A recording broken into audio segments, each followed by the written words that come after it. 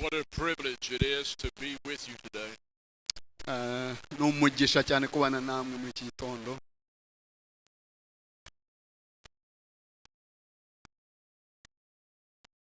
I love your music. Nakunze cyane indirimbo zanyu.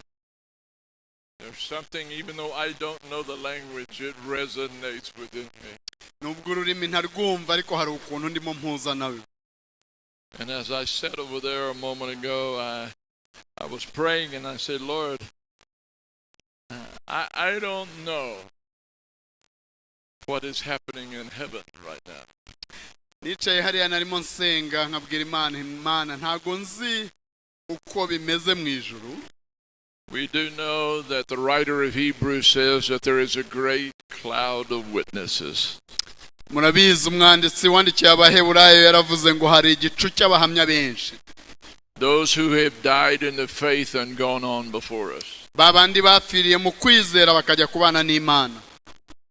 And in my mind's eye, in my mind as I picture heaven, noneho mu mutwe wanjye uko ntekereza ijuru, we know the Father sits on the throne, urabizi ko Imana Data yicaye ku ntebe yayo y'ubwami, and the Son sits at the right hand of the Father. urabizi ko umwami Yesu yicaye iburyo bw'Imana Data.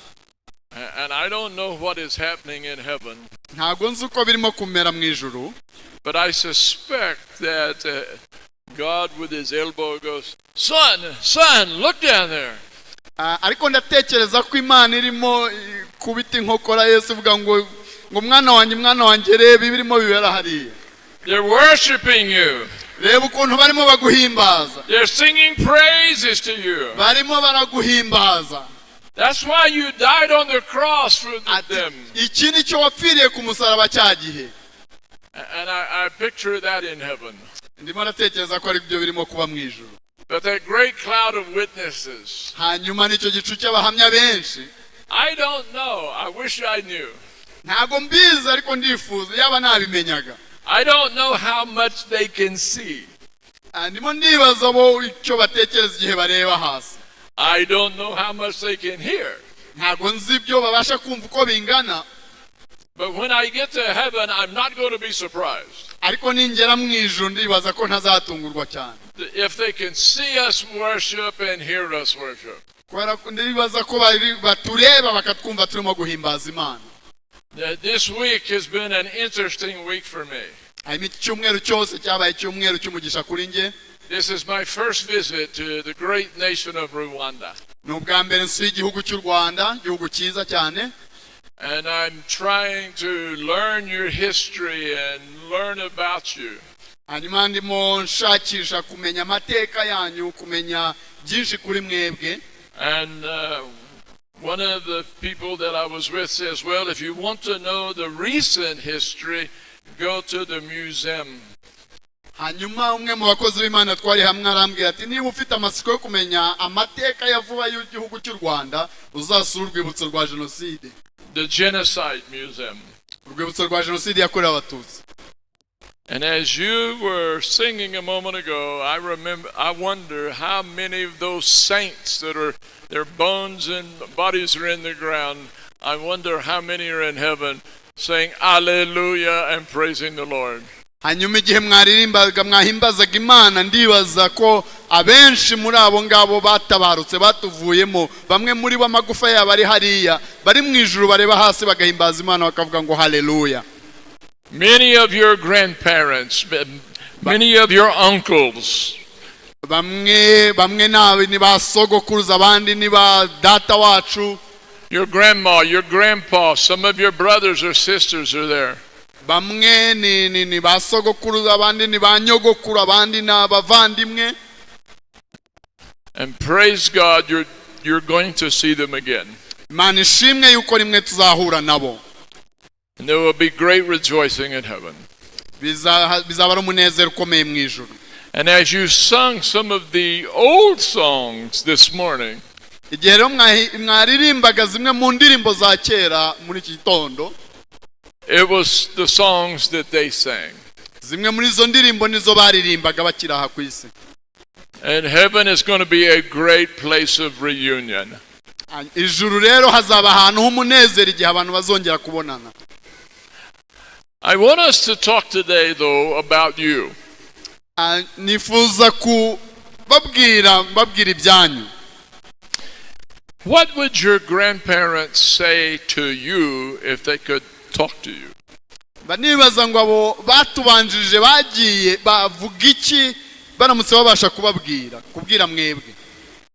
What is the next chapter for Rwanda? Nibaza ngo ni ikihe kigiye gukurikira ku gihugu cy'u Rwanda. Life is a series of chapters. Kubera ko ubuzima ni uruhererekane rw'ibintu bitandukanye. And you have gone through a difficult chapter in the past. Kandi mwanyuze mu bikomeye muhahise. And I was thrilled and surprised to see Rwanda when I came in on the airplane. Ariko igihe nazaga mu ndege manuka hafi ku kibuga cy'indege naratunguwe kubona u Rwanda ukuntu rumeze. Rwanda is beautiful. U Rwanda ni rwiza cyane. It is a beautiful nation, beautiful people. It is the diamond of all of Africa. Ni igihugu cyiza n'abantu beza ni diamant ku mugabane wa Afrika. And I commend you. You have done a wonderful job of trying to rebuild. Kandi ndabashimira mwebwe kubera uruhare mwagize mwakoze akazi keza mu kugerageza kongera kubaka iki gihugu. And the world is watching. Kandi isi yose irimo kubareba. Not only are they watching, kandi ntabwo ari kubareba gusa, but get ready, they are coming. Mwitegure kubera ko bagiye no kuza. The largest international airport will be opened in 2024 right here. Birazwi ko ikibuga cy'indege kinini cyane kizafungurwa mu mwaka wa 2024 hano mu Rwanda. And for the first time the world will be able to come from all over the world to this airport. Kandi bwa mbere mu mateka isi yose izaza inyuze kuri icyo kibuga. What will they see? What will they hear? What will they feel? Ese bazabona iki? Bazumva iki? Baziyumva gute igihe bazaza? What kind of reputation will you have? Icyo gihe muzaba muvugwaho makuru ki? Will they know you for your beautiful jungles? Ese bazabamenyera ku mashyamba meza mufite? Will they know you for your gorillas? Bazabamenyera ku ngagi zo mu birunga? Will you be known for your beautiful city and buildings? Bazabamenyera se kuri uyu mujyi mwiza murimo mwubaka? Will you be known for your cleanliness? Bazabamenyera se ku isuku mufite? What will they know you for? Bazabamenyera kuki? Would it not be fantastic for them to know you as a nation that loves God with all your heart? Ndatekereza ko bazabamenyera ko muri igihugu gikunda Imana n'umutima wanyu wose. Would it not be awesome for them to know Rwanda is a place that honors God and praises God and sings praise to Him, and wow, you can sense His presence in the nation? Kandi byaba ari byiza cyane babamenye nk'igihugu gishima Imana kiyihimbaza bahagera bakumva kubaho kw'Imana kuri aha hantu. There have been a few times in my life where I have gone into a city, and when I went into the city, I said something's different. Ni inshuro nkeya mu buzima bwanjye nageraga mu mujyi ahantu hatandukanye nahagera nkumva hari ikirere gitandukanye. I do a lot of work in China with the underground church. Nakoreye akazi gatandukanye mu Bushinwa nkorana n'itoro ryaho riri mu bwihisho. I've gone into some cities where I felt a dark cloud and a heaviness. Hariho imijyi imwe n'imwe yaho mu Bushinwa nageraga nkumva hari igicu rwose kijimye kandi kiremereye. It was so heavy you could sense the presence of a principality, an evil spirit over an area. Cyabaga ari ikirere kiremereye ku buryo ubasha kumva ko hari presence y'abadayimoni n'abatware mu kirere babandi ijambo ry'Imana rivuga. I have gone into the city of Fancheng. nagiye mu mwe mu mijyi witwa Fancheng, and I have sensed the presence of the Lord. hanyuma ho numva hari ukubaho kw'Imana, nkumva ikirere cyaho kirimo Yesu. And when I drove into the city, I said, what is different with this city? Ndimo ntwara imodoka ninjira muri uwo mujyi, naribaje ni ko numva muri uyu mujyi bitandukanye, ni iki gitandukanye aha hantu? And I found the history that many Christians had died for the faith proclaiming Jesus. Hanyuma nkurikiranye amateka yaho nsanga muri uwo mujyi harimo abakristo benshi banapfuye bazira kwizera kwabo muri Kristo. I heard about a pastor had gone to prison. Numva amateka y'umupastori wagiye muri gereza and died for the faith. hanyuma agapfa azize kwizera kwe. At the same time, I worshipped with the church there. Hanyuma kandi mbasha gukorana no gusabana n'itorero riri muri uwo mujyi. And I interviewed a lady called Sister Han. Hanyuma nza kuganira n'umwe muri bashiki bacu witwa Sister Han. And I asked the pastor, I said, can I talk to Sister Han? Hanyuma nsaba uruhushya pastor namubaza ese wamyemera nkaganira na Han, mushiki wacu Han? He said, sure, you would be welcome to talk to Sister Han. Agati nta kibazo, mwavugana rwose nta kibazo. I noticed her, she just radiated the love of Jesus. Hanyuma wamurebaga mu maso ukabona ubwiza bw'Imana mu maso ye. Her countenance, her look, her smile, the sparkle in the eyes. I said, something's different with that lady. Uko areba, uko amwenyura mu maso ye, waramurebaga ukamubona mu bwiza bw'Imana. And I asked the pastor, can I ask her any question? Or since she's a Chinese lady, I'm an American, there are some subjects I need to stay away from. Hanyuma mbaza pastor ntese namubaza ikibazo cyari cyo cyose cyangwa wenda kubera umuco kubera ko ari umushinwakazi nge nkaba umunyamerika wasanga hari ibintu bimwe bitemewe ko nabimuganirizaho. And he said, no, you can talk to Sister Han about anything. If she doesn't want to talk, she will tell you. Pastor aravuga toya nta kibazo ushobora kuvugana na Sister Han niba wenda icyo umubaza adashaka kukivugaho ari bukubwira ariko nta kibazo gihari. I asked him, I said, has she been persecuted? Ndamubaza nse yigeze arenganywa? And he said, yes. Aravuga ngo yego. And I said, can I talk to her about the persecution? Hanyuma mbaza pastor nse nshobora kubaza uriya mushiki wacu ibijyanye n'uburyo yarenganyirijwe kwizera? And he said, yes. Aravuga ati nta kibazo rwose. I was doing a training, and one of the breaks, I pulled Sister Han aside and got my translator. Narimo ntanga amahugurwa hanyuma mo hagati nza guhamagara uwo mushiki wacu Han araza hamwe n'uwansemuriraga. I said, Sister Han, I talked to your pastor, and he said that you are one of the pillars in the church. Navuga ni mushiki wacu Han navuganye na pastor wawe arambwira ngo uri umwe mu nkingi zo muri itorero. And she smiled and sort of said yes. Araseka aravuga ati byashoboka. I forgot to tell you, when I talked to the pastor, I said, what is her role in the church? Nibagiye no kubabwira ko nkivugana na pastor namubajije ngo uyu mushiki wacu ashinzwe iki mu rusengero. He said, we have millions of Chinese believers in China. Arambwira ngo dufite amamiliyoni y'abashinwa bizera Kristo. He said, in our network, Sister Han is highly respected. Hanyuma aravuga ngo muri abo bose mushiki wacu Han ni umwe mu bantu bubashywe. She has a women's ministry where she mentors 200,000 women.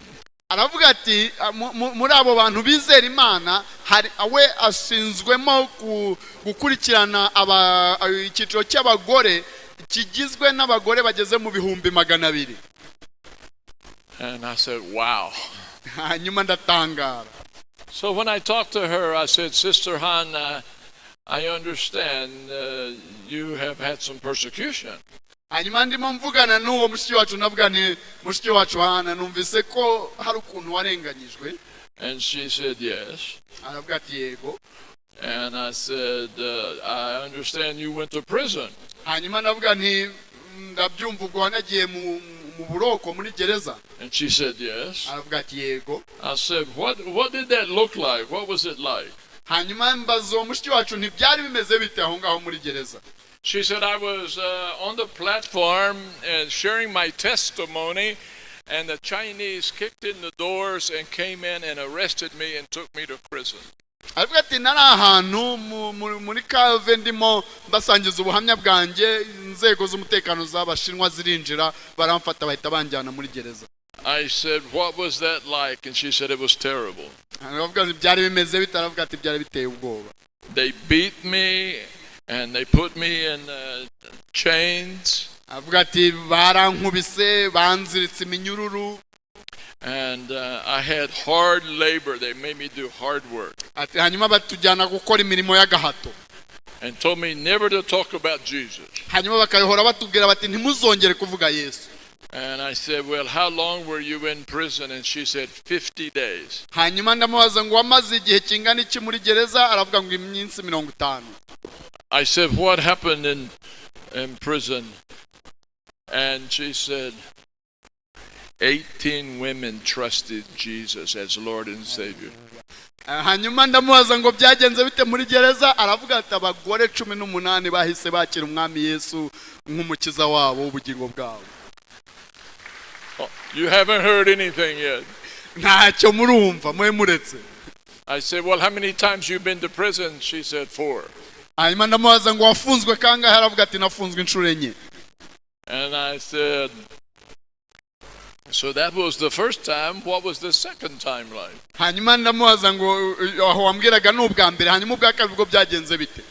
She said, I was teaching a big women's class, and the police raided the building and arrested me, put me in chains, and took me to prison. Aravuga ati ubwa kabiri nari ndimo mbwiriza iterano rinini ry'abagore, hanyuma abapolisi b'Ubushinwa baratwinjirana bahita bamfata baranzirika bantwara muri gereza. And I said, what happened in prison? Hanyuma ugeze muri gereza bigenda bite? She said, it was very, very difficult. Hanyuma arambwira ati byari bikomeye cyane. And I said, what was the outcome? Hanyuma ndamubaza ngo hanyuma havuyemo uhe musaruro? She said, revival came to the prison and many women trusted Jesus. Aravuga ati hahise haba ububyutse muri gereza, hanyuma abagore benshi bizera Kristo. And the prison guards beat me terrible. Hanyuma abarinzi ba gereza barankubita biteye ubwoba. I said, what about the third time? Mitamubaza none se ubwo bwa gatatu ko byagenze bite? He said they raided again, and she said I was 19 the first time, 23 the second, 26 the third time. I was 26 years old, and when they raided, she said I had a baby. Aravuga ati ubwa gatatu nanone narimo nigisha, hanyuma baraza barantwara, atariko burya ubwa mbere bantwaye mfite imyaka 19, ubwa kabiri bantwara mfite 23, ubwa gatatu bantwara mfite 26, ati kandi ubwo bwa gatatu bwo nari mfite n'uruhinja. And when they raided, they saw me and they grabbed me. Aravuga igihe batwinjiranaga barambonye baramfashe. And I handed my baby, 1-month-old daughter, to another lady and said, please take care of my daughter. Hanyuma mfata uruhinja rwanjye rwari rumaze ukwezi kumwe, nduhereza umwe mu badamu bari basigaye, ndamubwira ngo uzamumfatire neza. And I said, what was it like? And she said, terrible. I didn't know if I would ever see my baby again. Ndamubaza nse byari bimeze bite muri gereza? Aravuga ati byari biteye ubwoba, ntago nari nzi ko nzongera kugira amahirwe yo guhura n'uruhinja rwanjye. I said, what happened?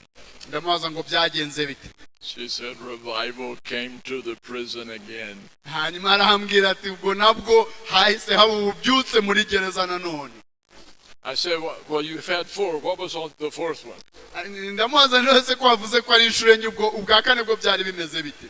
She said they came back when I was 29, 30, and she said they kicked the door in, came in, they know who I am, and beat me terribly, put me in prison.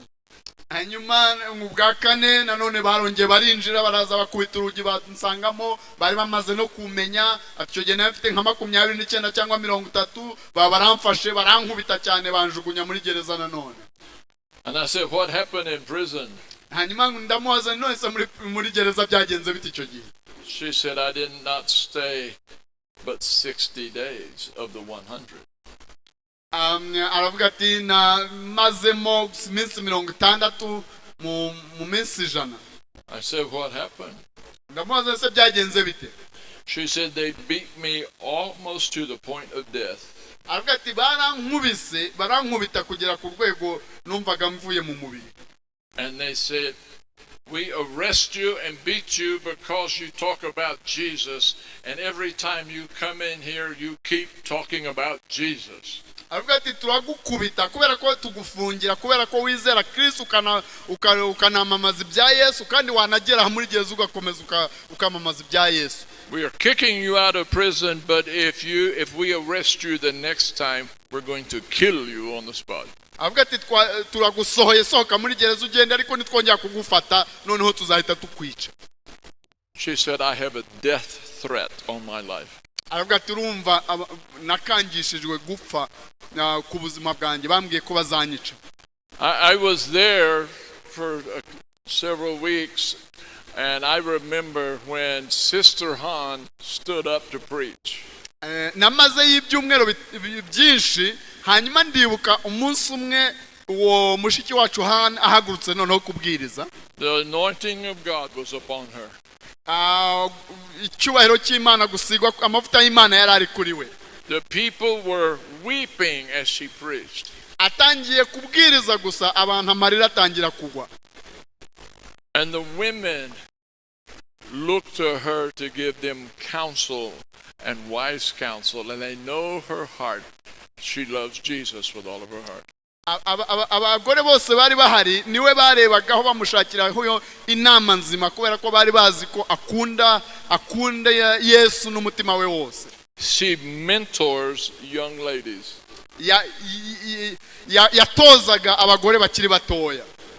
She teaches young ladies. Akigisha abagore bakiri batoya. She pours her life into young ladies. Hanyuma ubuzima bwe akabusuka muri abo bagore bakiri batoya. She teaches them the word of God. Akabigisha ijambo ry'Imana.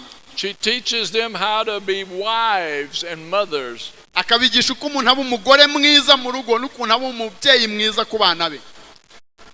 I wonder, ladies, let me talk to you. Ndibaza bashiki bacu reka mvugane namwe. Who is your mentor? Ninde ugutoza wowe? The Chinese have Sister Han. Abashinwa bafite Sister Han. Who is your mentor? Wowe ninde ugutoza? What lady do you go to? What godly lady do you go to get counsel?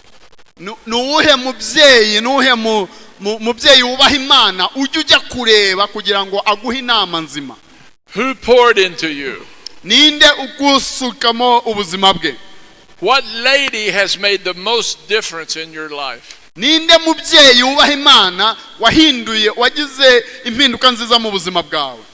When you have problems in your marriage, what other lady do you talk to? Iyo mu rushako rwawe byivanze byagoranye nuwuhe mubyeyi wubaha Imana ujya kureba? When you have problems with your children, what other lady do you talk to? Iyo bitarimo bikunda mu bana bawe mu rubyaro rwawe nuwuhe mubyeyi wubaha Imana ujya kureba? I'm going to bring a challenge to you ladies. Ndifuza kubahinyuza bashiki bacu muri aha ngaha.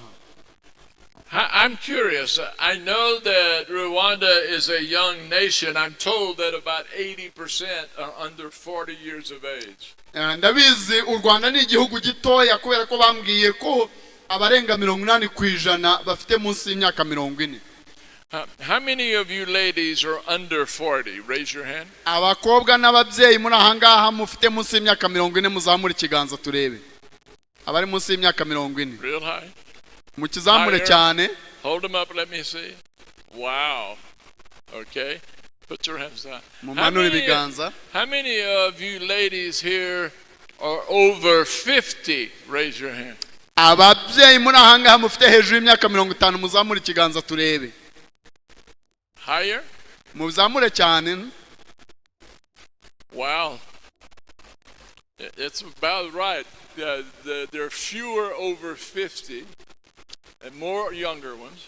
uko bigaragarira amaso abarengeje 50 ni bakeya, abari munsi ya 40 nibo benshi. You don't need to raise your hand, but I want you to think. Ntago ari ngombwa kuzamura ikiganza, ariko reka utekereze kuri iki. Rwanda is the youngest nation in the continent of Africa, probably in the world. U Rwanda ni igihugu gitoya kikiri gito mu myaka ugeranyije n'abaturage bagituye muri Afrika yose cyangwa se no ku isi yose. Because of the generation that should be here, because of genocide, the older generation, the mentors, the grandpa, the grandma, the older, they're gone. Impamvu nukubera ko hari benshi bakabaye bari ahangaha, ariko bitewe n'amateka yatambutse na jenoside yahabaye, abo ngabo baratambutse baragiye. Many of you do not have grandparents. Benshi muri ahangaha ntago mufite basogokuru banyu. And there is a vacuum over Rwanda. Who will step in and says, we will take the next generation? Hanyuma harimo icyuho mu Rwanda kubera ko nta bantu bahari bahaguruka bavuga bati tugiye gutoza abakiri batoya urubyaro ruzakurikira. Every young lady needs to have an older lady who will pour into her. Buri mukobwa na buri mubyeyi mutoya akeneye kugira umubyeyi ukuze umwigisha umutoza. My mother, I am 72. My mother is still alive at 93. Njewe umubyeyi umbyara mama umbyara kandi njewe mfite imyaka 72, mama umbyara aracyariho afite imyaka 93. And my 93-year-old mom is mentoring young ladies. Kandi uwo mubyeyi wanjye mama umbyara ufite imyaka 93 afasha atoza abakobwa n'abadamu bakiri batoya. In her church. Mu rusengero rwe. She is the matriarch, the oldest woman. Niwe mukuru w'ababyeyi aho ngaho. And I call her and she's hard to get on the phone and I would say, Mom, I called 3 times. What happened? She said, oh, I was on the phone helping so-and-so with her marriage, helping so-and-so with her children. Hari igihe njya muhamagara ntafate telefone nkongera aho aje kuyifatira nkamubaza niko naguhamagaye inshuro 3 zose wari urihe, akavuga ati nari ndimo mvugana n'akana kamufasha mu rugo rwe bitameze neza, narimo mvugana n'akana kamufasha mu burezi bw'abana be. Nuko who are the women mentors in this church? Ndibaza ngo nabahe babyeyi batoza abandi muri uru rusengero. How many of you older women would be, don't raise your hand, I want you to think and pray and listen to the Holy Spirit. How many of you would be willing to help a young lady? Ndimo ndibaza ntabwo ari ngombwa ko muzamura ibiganza, ariko ndimo kwibaza ngo nabahe babyeyi biteguye gufasha abakiri batoya kuri bo. In the book of Ruth in the Old Testament, mu gitabo cya Rusi mu isezerano rya kera, we have 3 ladies in the book of Ruth. Harimo abadamu batatu mu gitabo cya Rusi. It's a very short book. It's only 2 pages. Ni igitabo kito cyane kiri ku mapaji 2 gusa. In verse 1 of Luke, it says, now it came to pass in the days when the judges ruled, there was a famine in the land. Ku murongo wa mbere w'igice cya mbere haravuga ngo mu minsi y'abacamanza inzara yateye mu gihugu. They were in a foreign country and there was no food. Bari mu gihugu cy'amahanga kandi nta byo kurya byari bigihari. And if you read the story, we don't have time to read it, but if you read the story, ntabwo dufite umwanya uhagije wo gusoma, ariko uramutse usomye iyo nkuru yose, their husbands had died. Abagabo babo bari barapfuye. We don't know fully what happened. They may have been killed in war. Bibiliya ntabwo tubwira icyabishe, bashobora kuba barishwe mu ntambara. They could have been massacred. Bashobora kuba barishwe n'abandi bantu. They could have died from no food. Bashobora kuba barishwe n'inzara. But whatever, they were 3 ladies that were widows. They had no husband that died. Icyaba cyarabaye icyo ari cyo cyose, icyo tuzi nuko bari abapfakazi batatu bari mu bibazo kandi badafite abagabo. The oldest one's name was Naomi. umukuru muri bo yitwaga Naomi. And Naomi had two sons. Naomi yahoranye abahungu babiri, And one of them married Orpha, and the other one married Ruth. umwe muri bo yari yarashatse Orupa, undi yari yarashatse Rusi. So the mother-in-law and the two daughter-in-laws are together. Mu yandi magambo ni nyirabukwe n'abakazana babiri. And there's famine. There are no husbands, and they're going back home to look for food. Bari mu nzara, nta bagabo bafite, noneho bari barimo mu rugendo basubira iwabo gushakisha ko babona ibyo kurya. One of the daughter-in-laws was Ruth, who was a Moabite. Umwe muri abo bakazana yitwaga Rusi, yari umumowabu. She grew up in the land where the famine was. Yakuriye muri icyo gihugu aho ngaho hari harateye inzara nyine. And her people had worshipped idols. Bene wabo basengaga ibigirwamana. But they're starving, and so they started walking back home towards Israel. Hanyuma inzara iteye, bafite ikibazo, bajyana na mukecuru gushakisha aho babona ibyo kurya. And Naomi, an old lady with two young ladies, turn and say, ladies, why don't you go back and find your husband's family? And I'm an old woman, why are you following me? Hanyuma muri urwo rugendo Naomi mukecuru arabahindukirana aravuga ati, bakobwa muracyari batoya, mwikwirwa munkurikira, nimwigendere mureko mwanabona abagabo babashaka. Orpha, one of the girls, says, I'm going to do that. Hanyuma Orupa aravuga turakoze cyane kubw'iyo nama ndigendeye. But Ruth, listen to what she said in verse 16. Hanyuma Rusi mwumva icyo yavuze ku murongo wa 16. Ku murongo wa 16 Rusi aramusubiza ati, winyingingira kugusiga no gusubirayo ngo ne kugukurikira, kuko aho uzajya ariho nzajya, kandi aho uzarara ariho nzarara, ubwoko bwawe nibwo buzaba ubwoko bwanjye, imana yawe niyo izaba imana yanjye. She looks at Naomi and says, I'm going with you. Areba Naomi aravuga ati, ndagukurikira.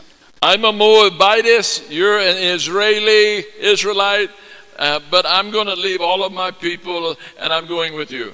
Aramureba aravuga ati, ndabizi ngewe ndi umumowabu, wowe uri umwisiraheli, ngiye gusiga bene wacu ndagukurikira. And your people will become my people. Abantu bawe ubwoko bwawe nibwo buzaba ubwoko bwanjye. And your God is different than my gods, but your God, I will embrace your God and he will be my God. Ndabizi imana usenga itandukanye n'ibigirwamana byacu, ariko imana yawe niyo izaba imana yanjye. In this story, they go back to Israel, and Naomi is looking for food, hoping for food, and she knows she has a relative that has a farm.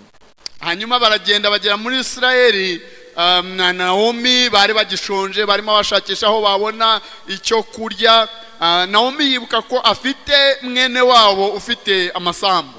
And in their culture, in that day, when a man had a farm, he left a little of the crop, the field, on the side of the road for the widows. Hanyuma icyo gihe mu muco wabo, iyo umuntu yabaga afite amasambu ntabwo yasaruraga ngo amareho, ahubwo yagendaga asiga imyaka mikeya mu nguni z'imirima kugira ngo abapfakazi n'abashonje babone icyo bahumba. The young farmer that owned the farm's name was Boaz. Hanyuma uwo muhinzi ukiri mutoya ni yitwaga Boaz. And when he saw Ruth, he said, He told the workers, leave a little extra for her. Hanyuma Boaz abonye Rusi arimo guhumba, atangira kubwira abakozi bamukoreraga ati, mujye musiga n'ibindi byinshi kugira ngo aze kubona icyo afata. And Naomi sees what has happened, and she begins to give godly counsel to Ruth. Hanyuma mukecuru Naomi abona uko bigenze, hanyuma atangira kugira inama Rusi, inama z'umuntu w'Imana. You go to the end of the book of Ruth. Hanyuma reka tugere ku mpera y'igitabo cya Rusi. And Ruth and Boaz become husband and wife. Murabizi Rusi yaje gushakana na Boaz. And then when they have a baby. Baza no kubyara umwana. And notice, read verse 16 ku murongo wa 16 w'igice cya through 16 and 17. ku murongo wa 16 n'uwa 17 w'igice cya 4 haranditse ngo Naomi ajyana uwo mwana amushyira mu gituza cye aba umurezi we. Abagore b'abaturanyi be bamwita izina bati Naomi abyariwe umuhungu, bamwita Obedi ari we se wa Yesayi se wa Dawidi. Notice that verse. The baby's name was Obed. Murebe neza uriya murongo haranditse ngo umwana wahavutse yiswe Obedi. He was the father of Jesse. Ni we se wa Yesayi. And Jesse was the father of David. Hanyuma Yesayi niwe wabyaye Dawidi. And you go all the way down, Obed was the great grandfather of Jesus Christ. Wakurikirana uko ibisekuruza byakurikiranye, uwo Obedi wavutse aho ngaho niwe waje kuba sekuruza wa Yesu Kristo. Wow. Biratangaje. It all began with an older woman mentoring a younger woman. Byahereye ni ku mukecuru watojeje umukobwa ukiri mutoya, umugore mutoya. You older ladies, it's your responsibility to mentor the young ladies. Kubadamu muri aha ngaha ni inshingano, kubakuze ni inshingano zo gutoza abakiri batoya. Because of the genocide, the whiteboard, the history of Rwanda, it was erased. Kubera jenoside yahabaye urubyaro rumwe hariho abantu yahitanye benshi. That generation is gone. Igisekuru cyose cyaratambutse. There is a gap. Harimo icyuho. You've got a young Rwanda, but who will train them? Who will write the next chapter? Harimo ni igihugu gitoya ariko uribaza ngo ninde uzatoza, ninde uzafasha abarimo babyiruka.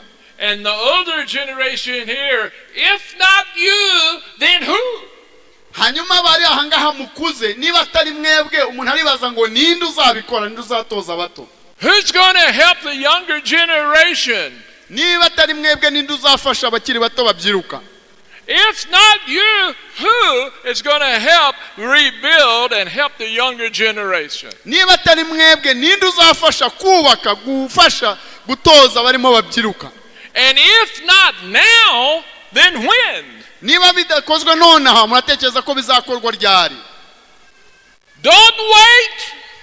Ntago ari ngombwa, ntimukwiye gutegereza. Older generation, you're like me. You're getting old. Mwebwe mukuza murimo mumeze nkanjye, murimo murasaza. You're going to die. Muzava muri uyu mubiri. Help the younger generation while you have time. Nimutangire mufasha abakiri batoya mugifite umwanya. And younger generation, young ladies, get you a mentor.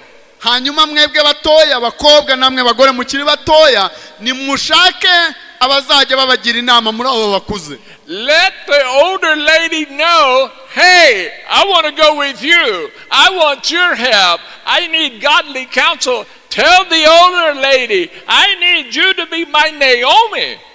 Nimwegere abo babyeyi bakuze, mwebwe mukiri bato nimubegere, mubabwire muti turashaka kwigira ku birenge byanyu, turashaka ko mudufasha, turashaka ko mutubera ba Naomi tukababera ba Rusi. I don't have a grandma. I don't have a grandma for my kids. I don't know. There are a lot of questions about how to live with a husband for many years.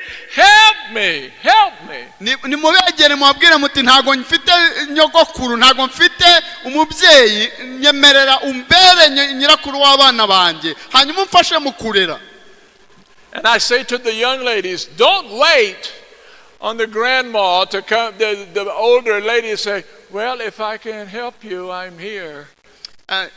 Ndababwira mwebwe mukiri batoya, abakobwa namwe badamu mukiri batoya, mwitegereza ko ba mukecuru ari bo bazaza bakavuga bati turahari, niba dushaka twagufasha. Ahubwo mwebwe nimutera intambwe mu basange No, you grab the older lady. I need your help. I'm not letting you go. I want to go where you're going. Help me. Nimuwafata ibitenge abo babyeyi bakuze mubabwiye muti turashaka kugendana namwe turashaka ko mudufasha. Ruth was desperate. Rusi yari yabuze uko bigenza. Naomi, I cannot stay here. I cannot go back here. I have nothing back here. Where you go, I want to go. I want your God to be my God. Niyo mpamvu yabwiye Naomi ati ntago nsubirayo ntacyo njya kurebayo aho ujya niho njya Imana yawe nizaba Imana yanjye. Amen. Men. What about you, men? Ese mwebwe bite abagabo muri aha? Go to 1 Kings. Reka tujye mu gitabo cya mbere cy'abami. Chapter 19 verses 19 through 21. Mu gitabo cya mbere cy'abami mu igice cya 19 ku murongo wa 19 kugeza kwa 21 haranditse ngo nuko avayo aragenda asanga Elisa mwene Shafati ahingisha inka zizirikanijwe ebyiri ku mirongo 12 ahagaze ku murongo uheruka. Eliya akeberezaho aramusanga amunagira umwitero we maze Elisa asiga inkaho arirukanka. Akurikira Eliya aramubwira ati ndakwinginze reka mbanze njye guhoberana na data na mama mbone kugukurikira. Nawe aramubwira ati subirayo hari icyo ngutwaye. Nuko arorera kumukurikira asubirayo yenda inka ebyiri arazica atekesha inyama ibiti by'imitambiko yazo agaburira abantu bararya ahera ko arahaguruka akurikira Eliya akajya mukorera. A young farmer with oxen, big oxen plowing a field. Numugabo wari ukiri mutoya wari ufite amasambu afite n'inka ziyahinga. God calls him to be a prophet. Imana yamuhamagara ngo ahinduke umuhanuzi. He's been a farmer. He's never been a prophet.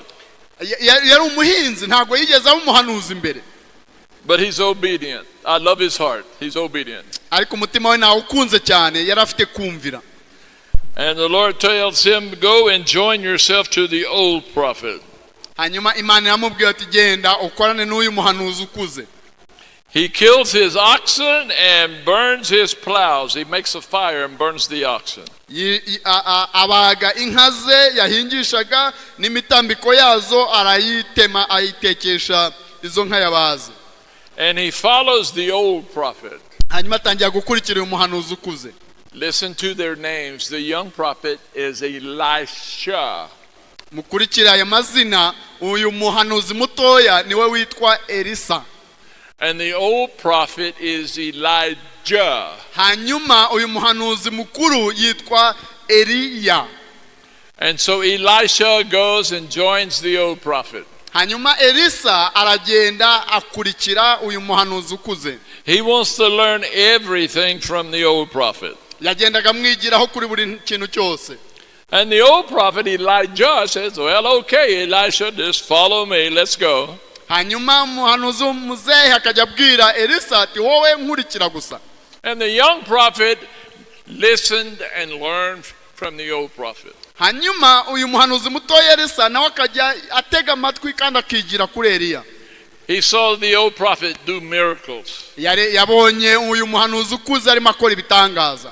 He heard the old prophet preach. Yaramwumvise arimo abwiriza. He saw the old prophet stand against a wicked king and a wicked queen, Ahab and Jezebel. Yaramubonye ahanganye n'umwami w'umunyabyaha witwa Ahabu n'umwamikazi w'umunyabyaha witwaga Yezebeli. He watched the old prophet challenge 400 prophets of Baal, of pagan god.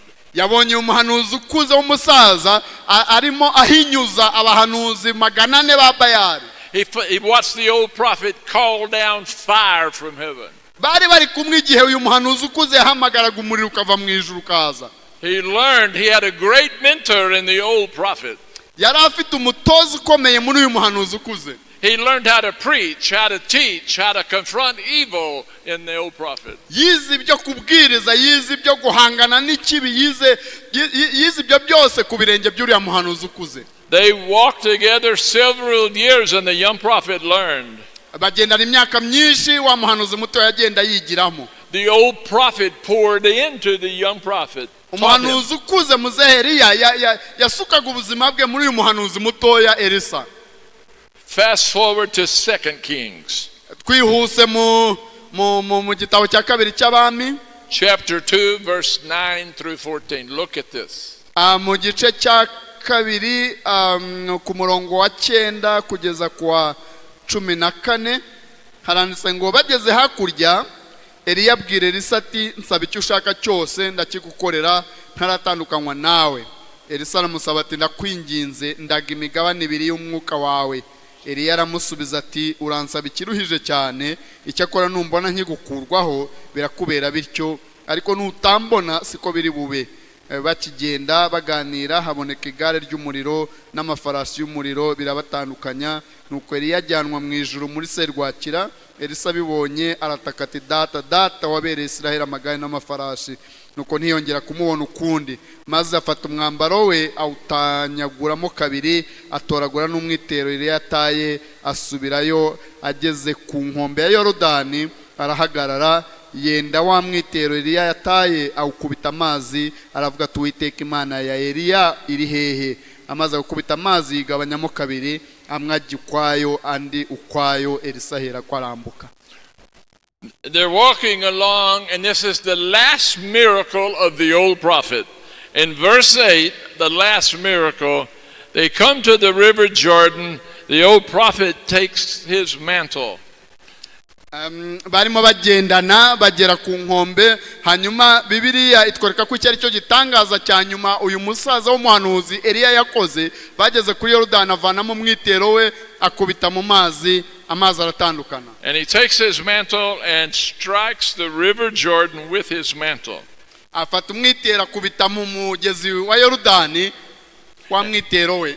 Verse 8 says that when he did that, the waters parted and they walked across on dry ground. Hanyuma haranditse ngo abigenje atyo amazi aratandukana bambuka muri Yorodani humutse.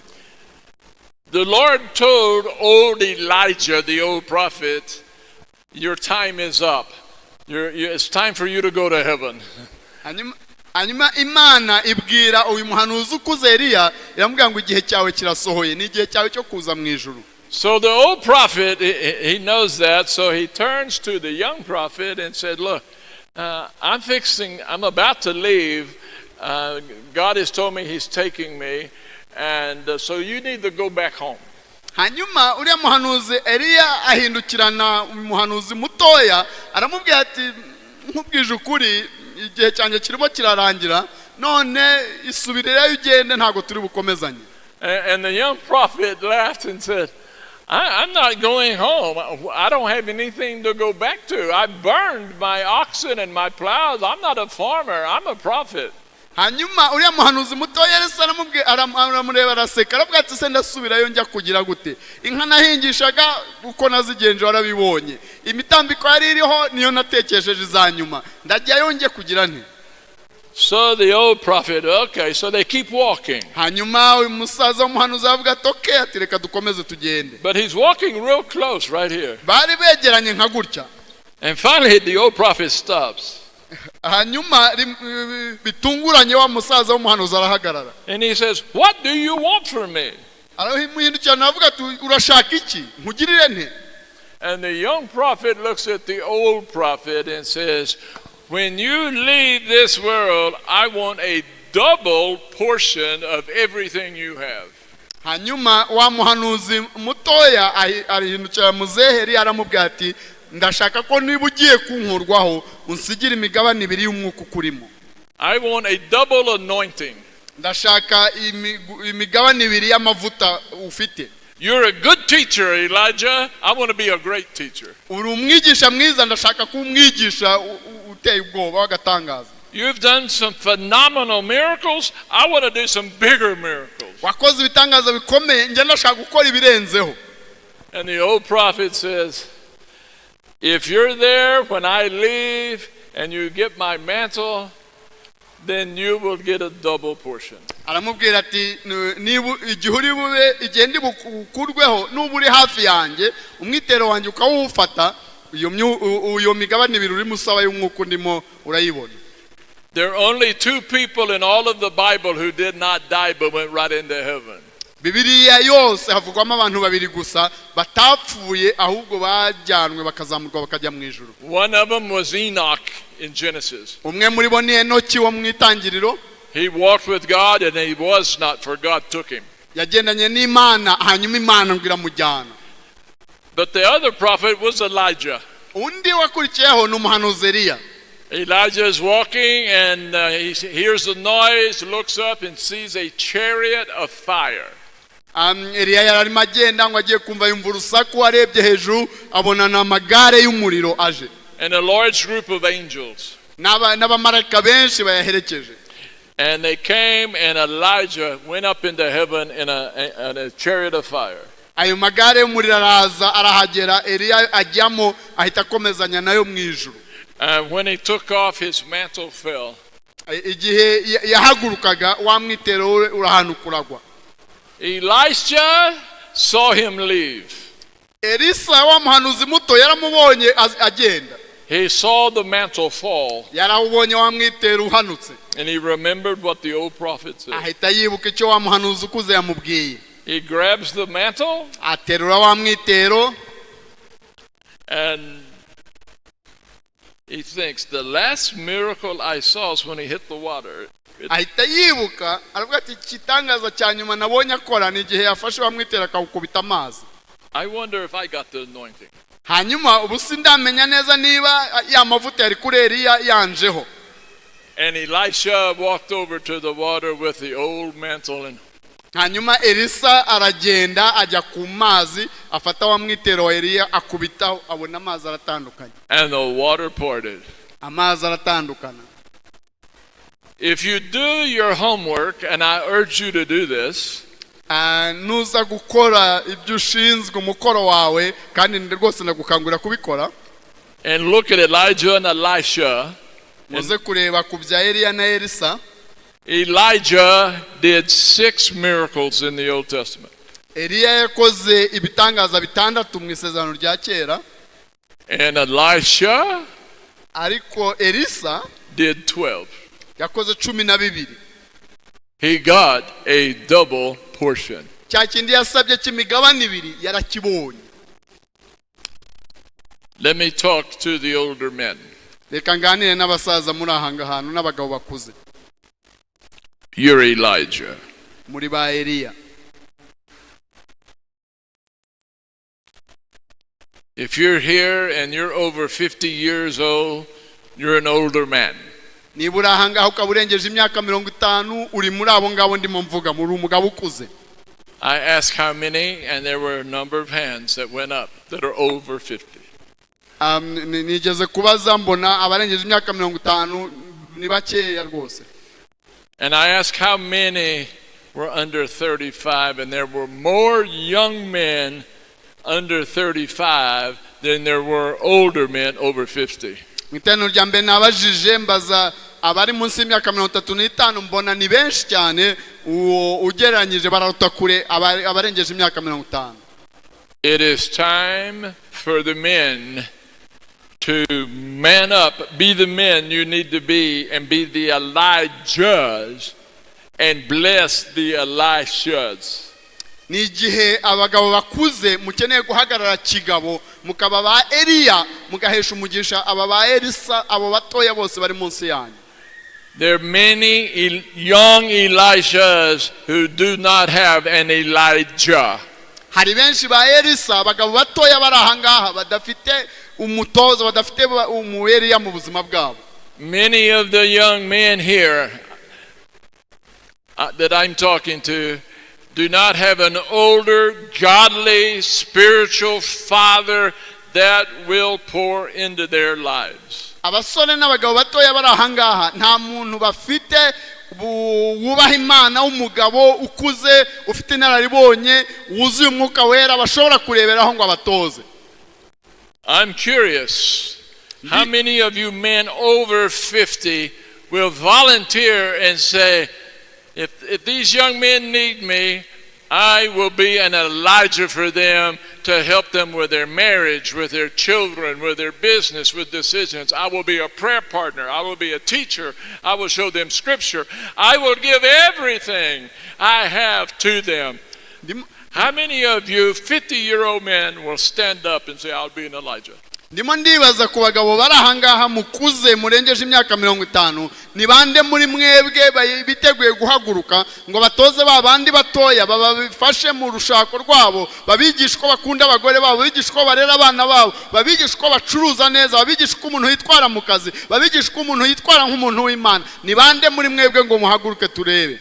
Do not stand up unless the Holy Spirit prompts you and tells you to stand up. So if you're going to be an Elijah and the Holy Spirit says, volunteer to be an Elijah, let me invite you to stand. Ntuhaguruke gusa kereka umwuka wera nagukoraho ukavuga uti nanjye ndashaka kuba Eliya uzajya ufasha ba Elisa batoya. Ni wiyumva gutyo ukozweho n'umwuka wera uhaguruke turebe. Stand up, let me see. Reka turebe abakuze bari ahangaha. Is there an Elijah in the house? Ba Eliya bari hehe? Ah, we got an Elijah. Amen. Any more? Up there. Got another one up there. Hey, stay standing. We got an Elijah. Wow, where are the Elijahs? Ndimo ndabona umwe hariya, ndimo ndabona undi hariya, ndimo ndabona abandi bari hehe ba Eliya bazafasha bato. We've got 2 men. Any more Elijahs? Ni abagabo babiri gusa ndimo kubona, nta bandi ba Eliya bahari. If you need an Elijah, you've got 2 men who volunteer. Hanyuma niba uri ahangaho uri umusore cyangwa uri umugabo mutoya ukaba ukeneye ba Eliya, hari abagabo bahagurutse bitanze kuzabikora. And I'm going to raise a question. If you're an older man and cannot stand up, why? Hanyuma mfite ikibazo ndimo kwibaza, niba uri umugabo ukuze cyangwa umusaza uri aha ukaba udashobora guhaguruka ku bw'ibyo, ni ukubera iki? And there are all kinds of things going through your head and your heart. Well, I don't know enough of the Bible. It's the pastor's job. He's the Elijah for everybody. Hashaka hari ibintu byinshi urimo wibaza mu mutwe ukavuga uti wenda sinzi Bibiliya cyangwa mukavuga ngo ndashaka iby'Imana yagushizemo, ndashaka inararibonye ufite, ndashaka ubwenge ufite, ndashaka inshuro ebyiri imigabane ibiri y'umwuka ukurimo. And these men are standing here today saying, hanyuma abagabo bahagaze ahangaha barimo kuvuga ngo, I give you all I have to the honor and glory of the Lord. Nditanze kuguha ibyo mfite byose kugira ngo twubahishe Imana. What I know is yours. Ibyo nzi ni ibyawe. What God has taught me, ibyo Imana yanyigishije, I will share with you so you can learn. Nzabisangira nawe wigireho. What is mine is thine. Ibyanjye ni ibyawe. It's up to you to get it. Ni mwebwe mufite inshingano yo kubyakira. I love it. I have some Elishas. Nanjye mu buzima bwanjye mfite ba Elisa. And I love it. Kandi ndabikunda cyane. And they have my number. They can call me 24/7. Bafite nimero yanjye kandi bemere kumpamagara isaha iyo ariyo yose y'umunsi cyangwa y'ijoro. And they do. Kandi baranabikora. And when they're having problems with the wife, they say, Sam, what do I do? My wife and I we're having hard time. Iyo bitarimo bicamo bashwanye n'abagore babo, afata nimero akahamagara akavuga ati mbarungira inama, nje n'umugore wanjye ntago birimo bigenda, nitware nte? And I tell them, my opinion is worth nothing, but let's find out what God's word says and honor it. Hanyuma nkababwira ariko nkababwira ngo igitekerezo cyane ntacyo kivuze, reka ahubwo turebe ngo Imana irabivugaho iki. And we look at God's word and God steps into their marriage. Tukareba mu ijambo ry'Imana hanyuma Imana igahitiza mu rushako rwabo bikongera bikamera neza. Last week I had a guy call me and he said, my wife and I are fighting. Ucyumweru gishize umwe muri bo yarampamagara avuga ati nje na madamu turimo turarwana. She's very upset. Yandakariye cyane. I said, let's turn in the Bible to Ephesians 4, verse 26. Ndamubwira ngo reka dufungure mu Efeso 4 umurongo wa 28. And it says, do not let the sun go down on your wrath. haranditse ngo ntuzatume izuba rirenga ukirakaye. And I said, the sun is going down. ndamubwira ngo kandi izuba rigiye kukurengeraho. Do not lay your head on your pillow ntuze gushyira umutwe ku musego wawe without getting it worked out between the two of you. utarakemura ikibazo cyawe na madamu wawe. Because Jesus said every day has enough problems of itself. kubera ko Yesu yaravuze ngo buri munsi ukwiranywe n'ibibi byawo. And we worked on it. In fact, he said, let me work on it. And he asked me, well, if I work on it and we can't, and the sun's going down and I can't do it, will you help us? I said, get your wife on the phone. hanyuma arambwira ati soni ningerageza gukemura icyo kibazo izuba rikaturengeraho bidakemutse uri bumfashe. hanyuma mitamubwira ngo telefone yihe madamu tuvugane. And I worked with them over the phone, and before we finished, they said, we're okay, we can go to sleep now. hanyuma turavugana kuri telefone bombi mbere tujya kurangiza baravuga ati noneho ubu bimeze neza ubu twaryama noneho nta kibazo kigihari. It wasn't me, it wasn't my opinion, it was God's word. It's the manual for doing marriage. ntabwo ari njyewe, ntabwo ari ibitekerezo byanjye, ahubwo ni ijambo ry'Imana ryongeye gutunganya urushako rwabo. This Elijah has the manual. uyu mwene data afite igitabo ureberamo. This is his personal manual. iki ni cyo gitabo ureberamo. And he will give you godly counsel. avanye muri iki gitabo azabasha kubaha inama zirimo kubaha Imana. You can trust him. mushobora kumwizera. Amen. Amen. Amen, church. Hallelujah. The men are going to be the men. These men are going to lead the church. By the way, you young guys, you're getting older. reka mbibira kabanga namwe bene data muri hano ubwo mukiri bato ariko namwe murimo murakura. And learn from these guys, because the next generation is going to be raised up and it'll be your responsibility. nimwigire kuri aba bene data kubera ko mu minsi mike namwe muramugezaho abari munsi yanyu barimo babareberaho namwe mukabasha kubatoza. If Jesus doesn't come in our lifetime, we're going to die. Yesu natagaruka vuba tukiriho tuzapfa. If he does come, we are all out of here. naza kandi tuzajyana nawe tugende mu ijuru. But if he doesn't come, we've got a lot of work to do. ariko niba tinze dufite akazi gakomeye ko gukora. And you're the next generation. kandi ni mwebwe. How many of you guys want these men to speak into your life and help you be the man of God you need to be? se ni bande bifuza ko aba bagabo bari ahangaha bazabatoza bakabaganiriza ijambo ry'Imana kugira ngo namwe mu abagabo bakomeye mu ngo zanyu no mu nshingano zanyu.